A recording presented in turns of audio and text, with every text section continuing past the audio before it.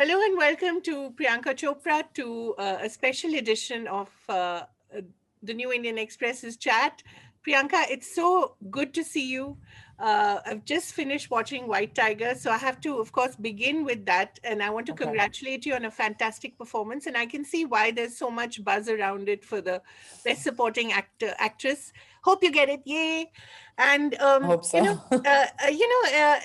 of the remarkable quotes in that is when Balram says that it's the century of the brown man and the yellow man, but it's actually the century of the brown woman, I think. What do you think, Priyanka? I think it's a century of women in general, for sure. I think that, we are seeing a time which is so exciting for women where we are banding with each other, we're supporting each other, we're creating opportunities for each other. And it's so wonderful to see. And, I've had the good fortune of aligning with so many of my female friends, colleagues, peers. So it's a really great time for sure. You've just also finished your autobiography. I mean, you've been really busy. It's called Unfinished. Didn't And know what else to do in the quarantine. so it's called Unfinished. And I love that because it means that there's so much more coming from you. Global domination? I mean, that's a general term I used many years ago, but I Yeah. think I think I've grown up from that. Writing an autobiography or a memoir is such a strange thing. It really forces you to think about, the minutia of your memories. And I realized that I was running so fast, I didn't have any memories. I didn't remember anything when I sat down to write this book. So I had to like really I wrote like like a floor plan almost. I wrote milestones that I remembered. Okay, my first school, or my boarding school, or whatever. And then I had to fill it up. It was such a strange process, but once I started writing Kaveri, I can't like I almost, and it was during quarantine. I was home for 6 months. I had peace and quiet to really really introspect, and it just sort of flowed out of me. There are things I've never addressed that I've addressed in this book. There are things I'll never talk about again that I've addressed in this book. I've It's not something that talks about, oh, these are my achievements or my laurels. It's really a dissection of like my emotions, my failures. So I'm terrified about about the world reading it. But I'm also I think as a woman on now the other side of 35, I've reached a place in my life where I'm content. I'm self-assured. It's taken 20 years of being in the business, but to reach a place where I think I found my feet, and I can look back on my life and say that even though these are things that troubled me or traumatized me, or I've kind of moved on to become the woman that I am today. And that was a very empowering experience. Why did you want to do that? Was it because you wanted to tell other women that, look, it's not so easy, but it's not so hard either? Actually, that was not my intention at all. When I first, the idea was to write a book Mm. initially.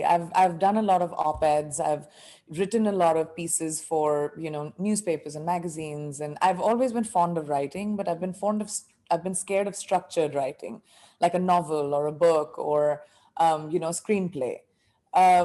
So I thought I'd take a stab at it with writing a memoir because it's like easy. It's my life. So how hard could it be? Not realizing that it's not, you have to scratch beneath the surface, and that's not easy. I whatever I try to do, I try to do it really well, and the only way of telling my story well was to actually scratch beneath the surface. And it took a couple of years for me to garner the courage to do it. But when I did it and I read back the book, I remember when I got the first manuscript back, like compiled, and I read it, I was proud of my achievements. I was proud of having gone through what I went through. I kind of feel like I wear my scars as my medals. They've made me who I am.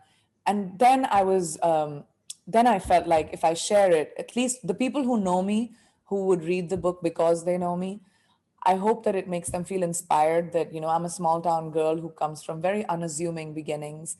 If I can be sitting here with a career that I'm proud of, self made, then anyone can do it. I hope it's a sense of inspiration. But for people who don't know me really well and for whom I'm like dinner table conversation or, an Instagram post that you read about. I hope that they get familiarity with me as a girl, as a human being, and as a person. What are the things that you're terrified about? You said you're terrified that the world is going to read that. We're at a Um, disadvantage because we've not read it. So what are we going to I'm very glad. That's such a pity. So what are we I'm going to expecting a text after you do, Kaveri. I'm sure it'll be exciting. But what are we going to be reading? Give us sense of that. um, I mean, I can't really get into specifics because I really want you to, but it talks a lot about my rejections, my failures, professionally, personally. I talk a lot about my mistakes and my regrets, and how I've sort of, evolved and moved on in a very personal way. But I think why I'm mostly terrified is my whole career. I've not let anyone really scratch below the Mhm. surface.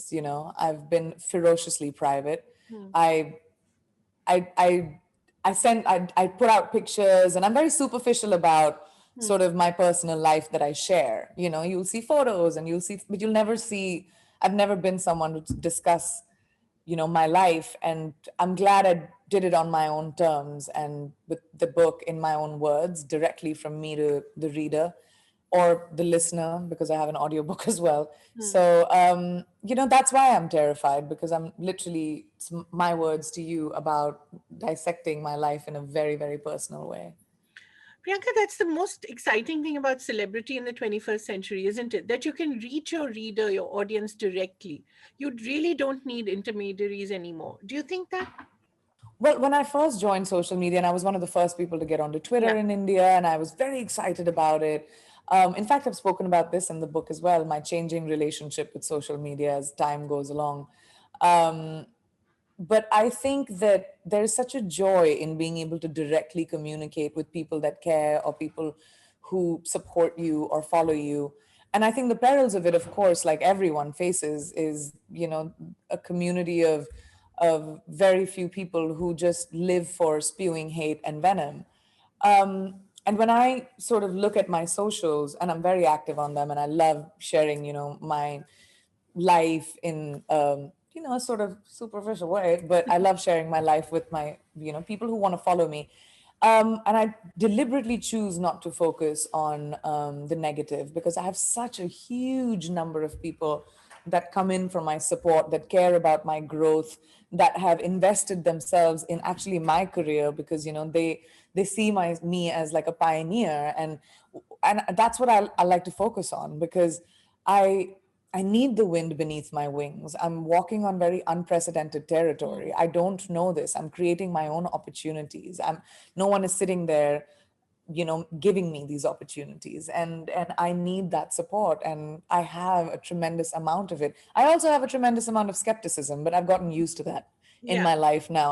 Everyone's always been skeptical about, what my next step will be. But hey, when you try something new, there's always bound to be resistance, and I'm just grateful. So I've sort of, my relationship changed with social, but I've pivoted my brain to just focus on all the support and love that I get for all my endeavors.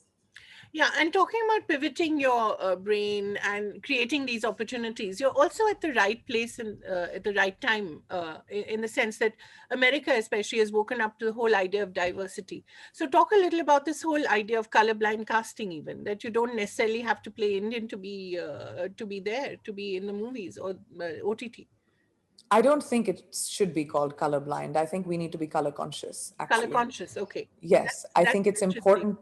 Yeah. I think it's important to create opportunities for ethnicities that haven't had those opportunities.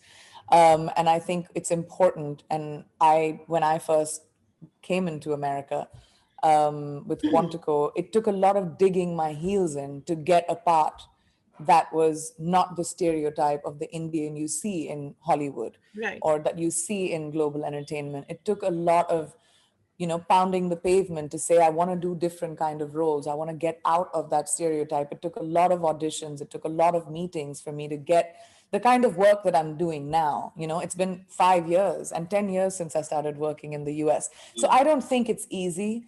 I think this is a time where the demand has been loud. The demand for diversity is required Yeah. because, we have the ability to stream across, like the White Tiger, for example. It's going to stream across 160 countries. I don't think that would have happened 5 years ago with someone, giving that kind of a budget to a movie with an Iranian director and an all Indian cast, shot in India, Yeah. with a book that's written by an Indian. I don't think that would have happened, but it has taken the pushing of many, a few very powerful South Asians within America who have demanded for, a change.